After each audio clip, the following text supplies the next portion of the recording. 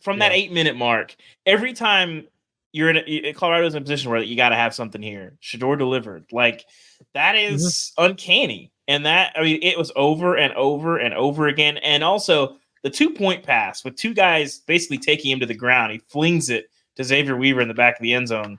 I mean, that was a ridiculous play. We've seen a lot of quarterbacks that are really, really good who might not have made that throw. Yeah. Like, I think we have to start legitimately considering and discussing Shadeur Sanders as a really, really great quarterback. He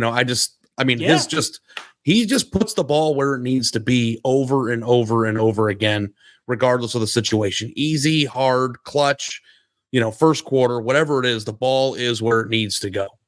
He's also talked about it on the show too. When he takes that targeting hit and he's taken to the ground on the late hit, delivers a touchdown pass after that. Deion's wiping the blood off his lip with his sleeve. Yeah, that dude is tough.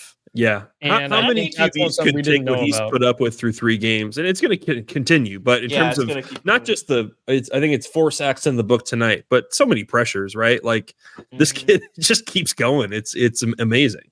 I hate to do it because it's a college football podcast, but it has to be done. Producer Cam is in my ear right now. Like, I hate to say this as somebody who drafted Travis Hunter in our Heisman draft, but did Shedeur Sanders just kind of take the bull by the horns on that one with this team? And is he a legitimate Heisman candidate in your mind, or is it just going to get? He has to be at this point. Yeah. I mean, the games are going to play themselves out. We'll see. But if you want to have an honest conversation about the Heisman Trophy at this point in the season, to quote Deion Sanders, who's done what he's done? I mean, I'd have to check how the numbers sorted out after today, but he's probably still leading the country in passing yards. He's playing on a team that doesn't have a running game. He has to do everything. It's all on his shoulders. And despite the fact that, Colorado State's not a great team, we'll see how many games they win today. He did all this today for over 3 quarters, I believe, without Travis Hunter, who is his best receiver. Like,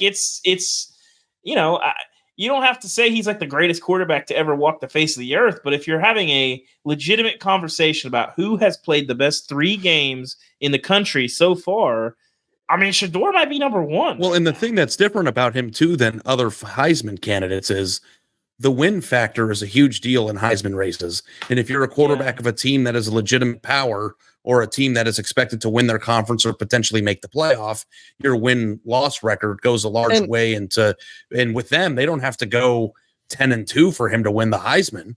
Like the wins and losses. Yeah. Ari, voters are stupid. I don't know. I don't know. Quarterbacks quarterbacks. If they win 8 games with him.